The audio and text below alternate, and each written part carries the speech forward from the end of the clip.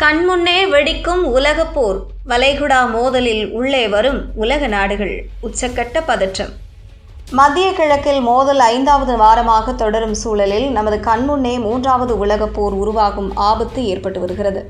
இதுவரை Israel, America மற்றும் Iran இடையேயான போரில் எந்த ஒரு நாடும் நுழையாமல் இருந்த சூழலில் இப்போது அமீரகம் மற்றும் சவுதி நேரடியாக நுழையும் ஆபத்து உருவாகியுள்ளது. வளைகுடா போர் 1 மாதத்திற்கு மேலாக தொடர்ந்து வருகிறது. இருதரப்புமே தொடர்ந்து மாறி மாறி தாக்குதல்களை நடத்தி வருகிறது.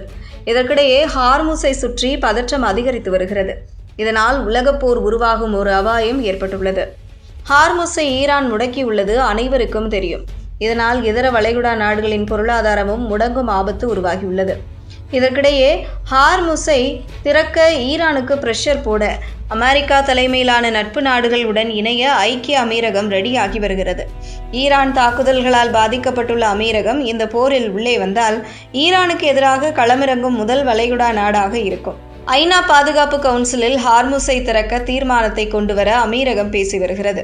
அப்படி தீர்மானம் வந்தால் ஜலசந்தியை கட்டாயப்படுத்தி திறக்க முடியும். இதற்காக அமீரக தூதர்கள் அமெரிக்கா, ஐரோப்பா தரப்புடன் பேசி வருகிறார்கள். அமெரிக்காவின் நெருங்கிய கூட்டாளி பஹ்ரைன் இத்தீர்மானத்திற்கு ஆதரவாக உள்ளது. வாக்கெடுப்பு நாளை வியாழக்கிழமை நடக்கும் என எதிர்பார்க்கப்படுகிறது. வளைகுடா நாடுகளின் உணவு ஏற்றுமதி, இறக்குமதிகளுக்கு ஹார்முஸ் ஜலசந்தி மிக முக்கியம். உலக எண்ணெய் விநியோகத்தில் சுமார் 20% இவ்வழியாகவே செல்கிறது. அமெரிக்கா, இஸ்ரேல் போருக்கு பதிலடியாக ஈரான் அங்கு கட்டுப்பாடுகளை விதித்துள்ள சூழலில் இதனால் உலக எண்ணெய் சப்ளை, எரிவாயு விநியோகம் கடுமையாக பாதிக்கப்பட்டுள்ளது. இது தொடர்பாக அமீரக அதிகாரிகள் கூறுகையில், ஹார்முஸ் ஜலசந்தியை திறப்பதில் இராணுவத்தை பயன்படுத்தலாமா என்பது குறித்து ஆலோசித்து வருகிறோம். ஈரான் போட்டுள்ள கன்னி வெடிகளை அகற்றுதல் உள்ளிட்டவை குறித்தும் ஆராய்ந்து வருகிறோம். அபு மூசா போன்ற தீவுகளை கைப்பற்றி அதை வைத்து லாபி செய்தால் தேவையான கிடைக்கும் என நினைக்கிறோம் என்றனர். ஹார்முஸ் ஜலசந்தியில் கடல்வழி பயண சுதந்திரம் பாதுகாக்கப்பட வேண்டும் என்பதில் சர்வதேச அளவில் ஒருமித்த கருத்து இருப்பதாக அமீரக வெளியுறவு அமைச்சகம் கூறியது. அமீரகம் நீண்ட காலமாகவே ஈரான் ஆட்சிக்கு நிதி அளித்த நிலையில் அமீரகத்தின் இந்த மாற்றம் முக்கியத்துவம் பெறுகிறது.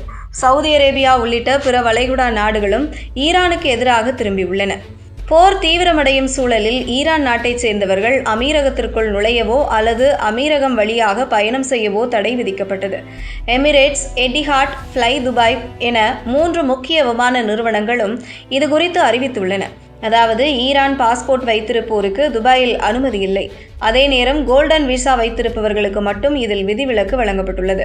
அமீரகம் மட்டுமின்றி சவுதியும் கூட ஈரானை எச்சரித்துள்ளது.